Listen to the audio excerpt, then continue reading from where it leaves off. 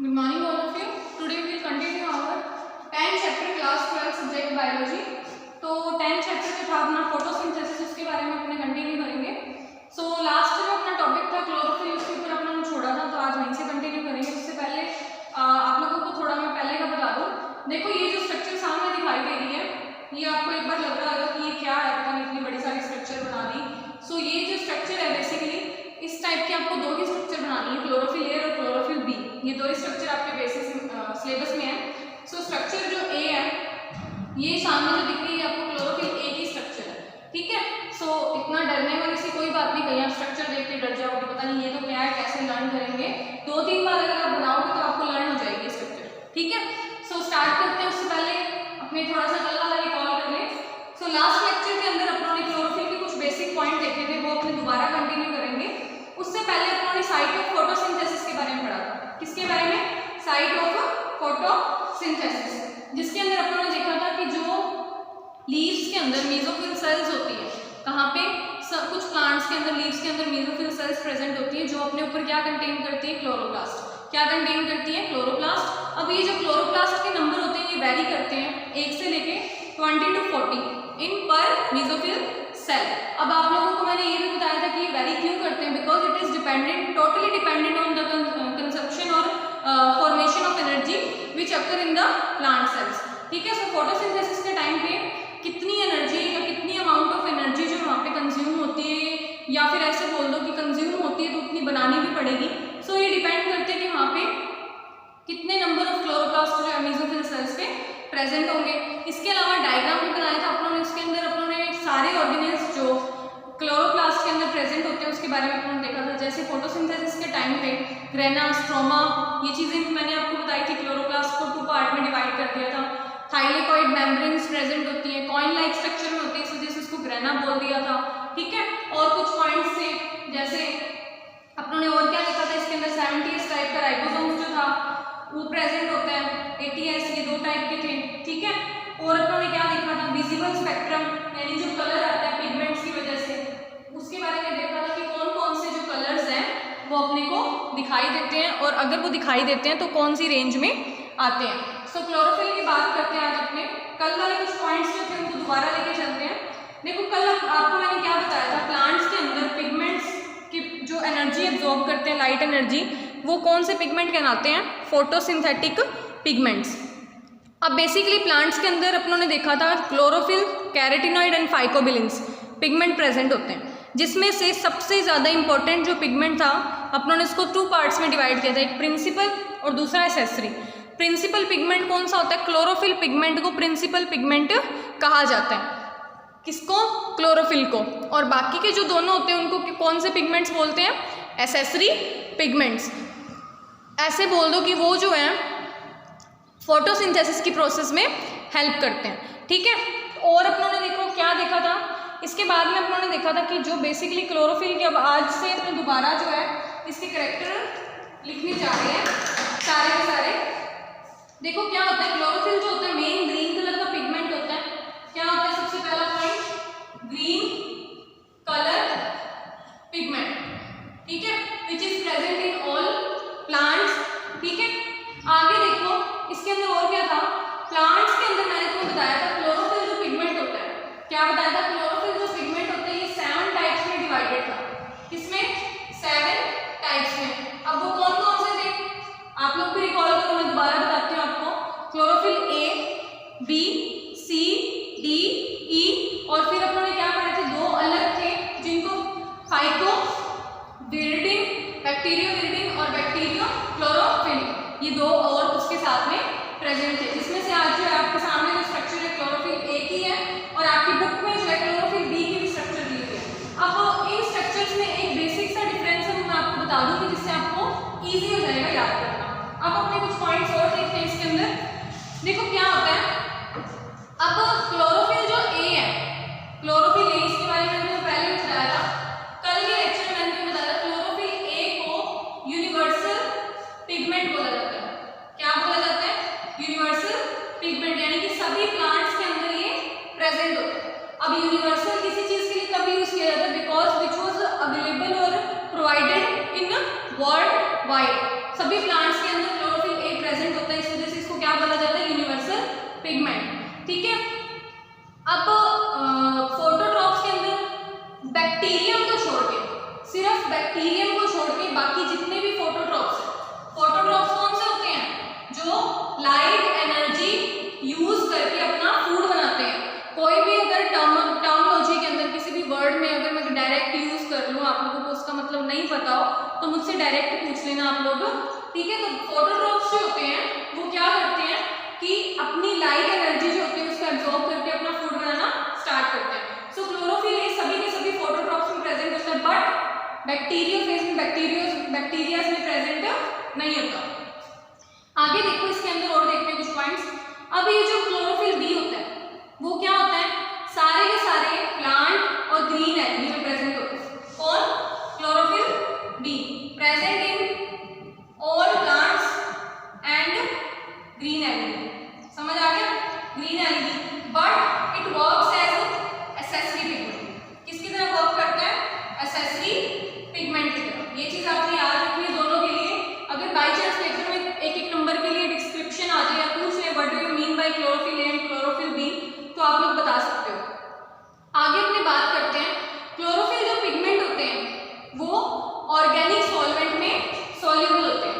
क्या होते हैं, ऑर्गेनिक सॉल्वेंट्स में जो क्लोरोफिल पिगमेंट्स होते हैं A B C D E, बैक्टीरियोविरिडिन और बैक्टीरियो क्लोरोफिल, तो ये क्या होते हैं, ऑर्गेनिक सॉल्यूशन के अंदर सॉल्युबल होते हैं, यानी कि इजीली घुल जाते हैं। बट जो क्लोरोफिल बी होता है, कौन सा, क्लोरोफिल बी, ये क्या होता है, सबसे ज्यादा सॉल्युबल होता है, मोस्ट सॉल्युबल पिगमेंट इन क्लोरोफिल। ठीक है, क्लोरोफिल का सबसे ज्यादा सॉल्युबल होने वाला जो पिगमेंट है वो कौन सा है, क्लोरोफिल बी। ये मैक्सिमम सॉल्युबिलिटी शो करता है, इट शोज मैक्सिमम सॉल्युबिलिटी। सारी की सारी जो सॉल्युबिलिटी है, यानी कि हर एक चीज के अंदर ऑर्गेनिक सॉल्वेंट में इजीली सॉल्युबल हो जाता है। आगे देखते हैं अपने स्ट्रक्चर के बारे में। अब अपने बात करते हैं स्ट्रक्चर के ऊपर।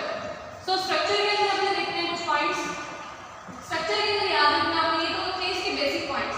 अब स्ट्रक्चर के अंदर देखो, जो केमिकल स्ट्रक्चर थी क्लोरोफिल की, सबसे पहले किसने स्टडी की थी, विल स्टॉलर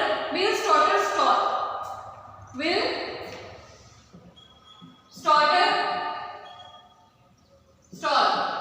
ठीक है, इन्होंने क्या की थी, इसकी सबसे पहले जो थी स्ट्रक्चर की स्टडी की थी। आगे देखो, फिशर स्ट्रक्चर की 1912 के अंदर, विल स्टॉलर ने 1912 के अंदर इसकी स्ट्रक्चर के बारे में स्टडी की थी। आगे देखो, इसके अंदर क्या होता है कि जो क्लोरोफिल के मॉलिक्यूल्स होते हैं, पोलर मॉलिक्यूल होते हैं। क्या होते हैं, पोलर मॉलिक्यूल होते हैं, यानी कि इसका हेड और टेल दोनों प्रेजेंट होते हैं। आपने मिसाइल के बारे में सुना होगा ना, मिसाइल 10th में भी था आपने। ठीक है, मिसाइल के अंदर क्या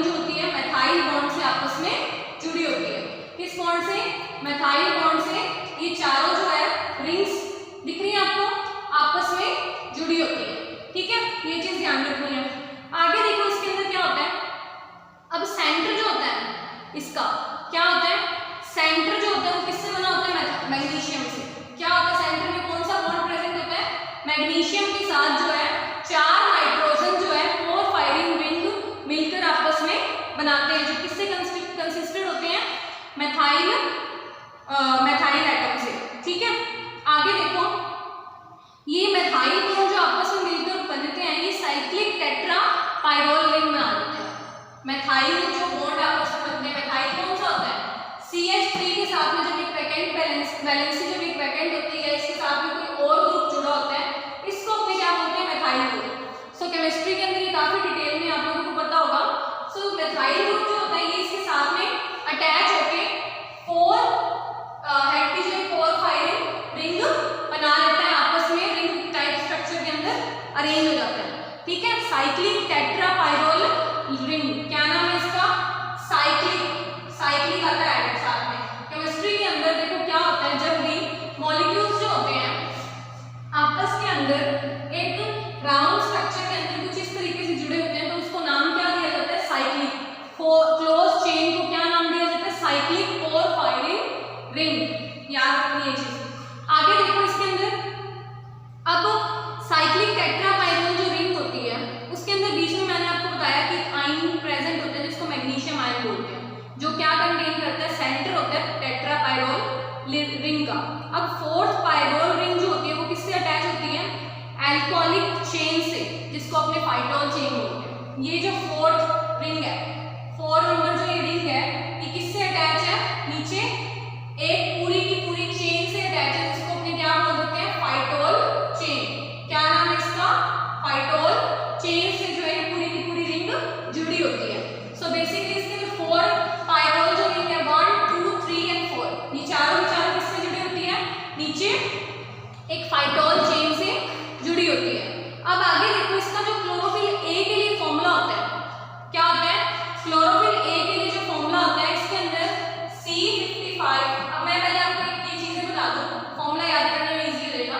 ये पूरी की पूरी जो स्ट्रक्चर है इसके अंदर कौन कौन से मॉलिक्यूल यूज हुए हैं, carbon, hydrogen, nitrogen and magnesium, चारों यूज हुए हैं ना।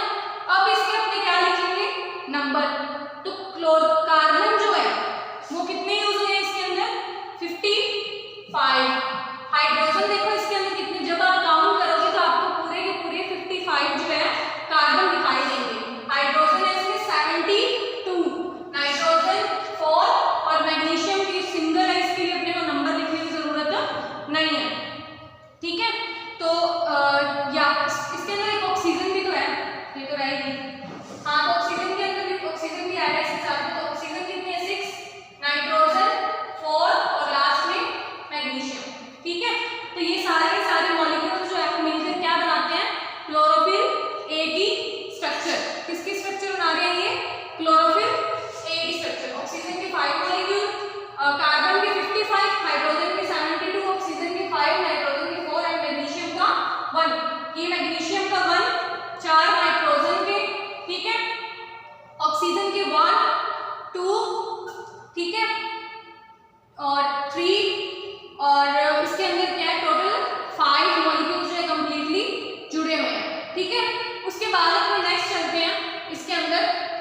आगे देखो इसके अंदर, सामने इसके अंदर एक बार दोबारा देखो, ऑक्सीजन के मॉलिक्यूल्स जो है 5 हैं, 1 2 3 4 और 5, पता चल गया, 5 में ऑक्सीजन के मॉलिक्यूल है। यानी कि ये जो फॉर्मूला एग्जैक्ट, अगर आपकी स्ट्रक्चर सही बनी होगी, नंबर सही होंगे, तो फॉर्मूला जो है कंप्लीटली जैसा स्ट्रक्चरल फॉर्मूला है वैसे ही अपना न्यूमेरिकल फॉर्मूला भी आ जाएगा। ठीक है, तो यहाँ पे अगर आप काउंट करोगे तो 72 हाइड्रोजन है। अगर अभी मैं काउंट करने लगी तो बहुत टाइम वेस्ट हो जाएगा, आप लोग काउंट करना, कहीं पे प्रॉब्लम आई तो पूछ लेना। कार्बन जो इसमें 55 है, ठीक है, ऑक्सीजन 5 और नाइट्रोजन 4, ये तो अपने देख लिया। आगे अपनी बात करते हैं इसके स्ट्रक्चर के अंदर। अब ये तो थी क्लोरोफिल ए की बात। अगर अपने क्लोरोफिल बी के बारे में देखें, किसके बारे में, क्लोरोफिल बी के बारे में, तो वहां पे सबसे इंपॉर्टेंट बात जो है उसके अंदर वहां पे चेंज क्या आता है, ये बात करें क्लोरोफिल बी की। क्लोरोफिल बी के अंदर चेंज क्या आता है, क्लोरोफिल बी के जो मॉलिक्यूल्स है, यहाँ पे कौन सा ग्रुप दिखाई दे रहा है, मिथाइल। कौन सा ग्रुप है, मिथाइल। तो यहाँ पे जो क्लोरोफिल बी की स्ट्रक्चर होती है उसके अंदर CHO ग्रुप जुड़ा होता है। कौन सा, CHO ग्रुप जुड़ा होता है in the place of methyl. समझ आ गया। तो ये एक माइनर सा चेंज होता है जो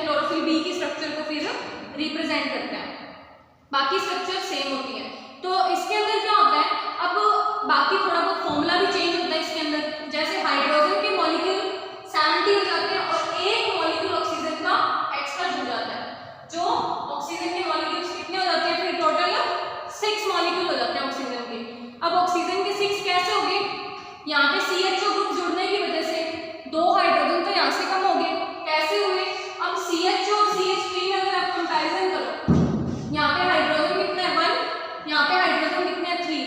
सो जब ये यहाँ से इसके साथ रिप्लेस हुआ तो दो तो हाइड्रोजन यहाँ से ऑटोमेटिकली कम हो गए, और यहाँ तो ऑक्सीजन थे ही नहीं, और यहाँ पे एक ऑक्सीजन ऐड हो गया। सो फॉर्मूले के अंदर इतना सा चेंज आ जाता है, ठीक है। तो दोबारा इसको अपने उसी के लिए लिख देते हैं। सो ये स्ट्रक्चर किसकी बन गई, क्लोरोफिल बी की, समझ आ गया। और ये फॉर्मूला किसका आ गया, क्लोरोफिल बी का। आगे देखो इसके अंदर, ये तो बात हुई। अब अपने इसके अंदर एक पॉइंट और देखते हैं। क्लोरोफिल ए जो होता है वो क्या करता है, पोर फायरिंग रिंग पे एंड होता है मिथाइल ग्रुप के साथ, और ये वाला मैंने आपको बताया कि CHO ग्रुप के साथ होता है। अब क्लोरोफिल ए जो होता है वो ब्लू कलर होता है।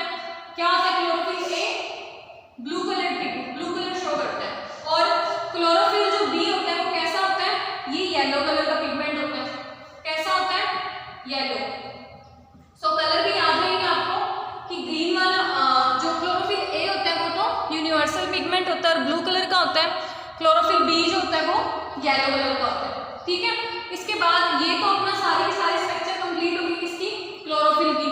टाइप्स भी देख ली अपनों ने, स्ट्रक्चर भी देख ली, फॉर्मूला भी देख लिया, डिफरेंसेस भी देख लिए। अब इसके बाद अपने नेक्स्ट अपने पिगमेंट में चलते हैं, जो अपना कौन सा है, कैरोटीनॉइड्स।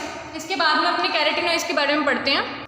सो जो अब कैरोटीनॉइड्स अपने पढ़ने जा रहे हैं, इसके कुछ स्पेशल पॉइंट्स होते हैं, इसके बारे में अपन देखेंगे। सो ये जो अपना सेकंड पिगमेंट है कैरोटीनॉइड्स, इसके अंदर देखो क्या होता है। ये जो कैरोटीनॉइड्स होते हैं, कैरोटीनॉइड्स जो पिगमेंट होते हैं, ये प्लांट्स के अंदर क्लोरोफिल के साथ प्रेजेंट होते हैं, present with chlorophyll in plants. अब ये क्लोरोफिल के साथ में आपको मैंने बताया क्लोरोफिल क्या होता है, एक तो प्रिंसिपल पिगमेंट है, और कैरोटीनॉइड्स और फाइटोबियंस क्या है, एक्सेसरी पिगमेंट्स। अब इसी के बेसिस पे एक्सेसरी पिगमेंट होने की वजह से अब अपने बताएंगे कि इसको एक्सेसरी पिगमेंट क्यों बोला जाता है, यानी कि ऐसा क्या है कि जिसकी वजह से इसको एक्सेसरी बोल दिया, इसको प्रिंसिपल पिगमेंट नहीं बोला। ये क्या करता है, रेडिएशन से लाइट एनर्जी एब्जॉर्ब करता है। क्या करता है, एब्जॉर्ब करने का काम तो करता है, एब्जॉर्ब द लाइट एनर्जी।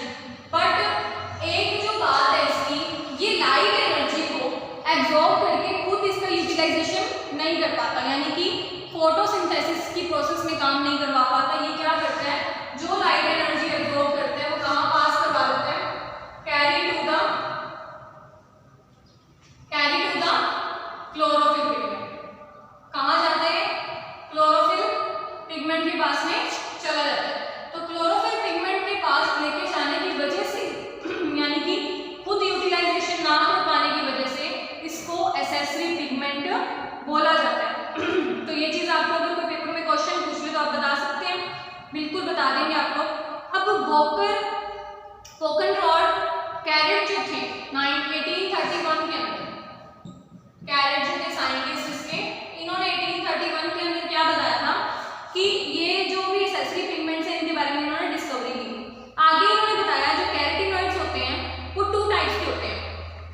कितने टाइप्स के होते हैं, 2 टाइप्स के। पहले का नाम क्या था, कैरेटिन्स। क्या नाम है पहले का, कैरेटिन्स। अब कुछ पॉइंट्स इसके भी अपने देखेंगे, ठीक है। And second one is xanthophylls. क्या नाम है दूसरे का, ज़ैंथोफिल्स। अब कैरेटिन और ज़ैंथोफिल्स के कुछ पॉइंट्स देखते हैं। कैरेटिन्स जो मॉलिक्यूल होते हैं वो किससे कंबाइंड मिलकर बनते हैं, कार्बन और हाइड्रोजन से। क्या फॉर्मूला होता है इसका, C40H56 जो होता है इसका फॉर्मूला होता है।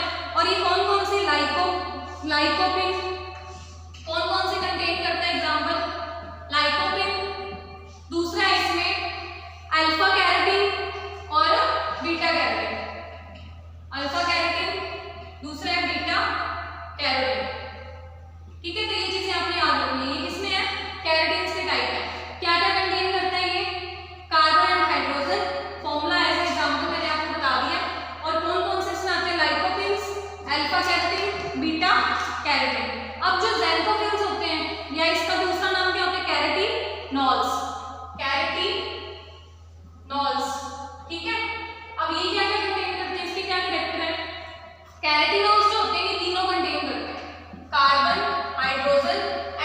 ऑक्सीजन, इसके अंदर तीनों के तीनों मॉलिक्यूल यूज होते हैं। जैसे और इसका फॉर्मूला अपने देखते हैं C40H56 एंड ऑक्सीजन जो होते हैं इसके अंदर 2 मॉलिक्यूल यूज होते हैं O2। अब इसके एग्जांपल्स देखते हैं अपने। इसके एग्जांपल्स क्या क्या है जो ये कंटेन करते हैं, वो है जियाजेंथिन, ल्यूटेनिन, जियाजेंथिन, ठीक है। ऐसे कई एग्जांपल्स है, कई पिगमेंट ये अपने अंदर कैरी करते हैं। अब कलर की बात करते हैं तो ज़ैंथोफिल्स जो होते हैं ये येलो ब्राउन कलर के होते हैं, येलो या फिर ब्राउन कलर के होते हैं। और ये कैराटिन्स जो होते हैं ये रेड कलर के होते हैं। कैसे होते हैं? रेड, और ये येलो और ब्राउन। समझ आ गया? तो ये किसके बारे में बात हुई? कैरोटीनॉइड्स की। अब कैरोटीनॉइड्स के बारे में दोबारा सुन लो। क्लोरोफिल के साथ में वर्क करते हैं, लाइट एनर्जी एब्जॉर्ब करते हैं और पास करते हैं क्लोरोफिल के पास, खुद इसका यूज नहीं करते, इसीलिए इसको एसेसरी पिगमेंट बोला जाता है। अब इसके अंदर 2 टाइप्स में डिवाइड है, ज़ैंथोफिल एंड कैरोटीन्स। कैरोटीनॉइड्स और कैरोटीन्स। कैरोटीन्स तो कार्बन एंड हाइड्रोजन कंटेन करते हैं और रेड कलर का होता है। ज़ैंथोफिल्स जो होते हैं या कैरोटीनॉइड्स जो होते हैं वो कार्बन, हाइड्रोजन और ऑक्सीजन तीनों कैरी करते हैं। और ल्यूटेन, जियाजेंथिन, क्रिप्टोजेंथिन, निक्सोजेंथिन, ये सब इसके अंदर आते हैं, ठीक है। अब आगे देखो, कैरोटीन्स जो है उनको जो ल्यूटिन और कैरोटीन्स होते हैं ये सबसे ज्यादा सभी के सभी प्लांट के अंदर पाए जाते हैं। ल्यूटिन एंड ज़ैंथिन सभी प्लांट्स के अंदर मिलते हैं। तो ये था आज का आपका टॉपिक। इसके बाद में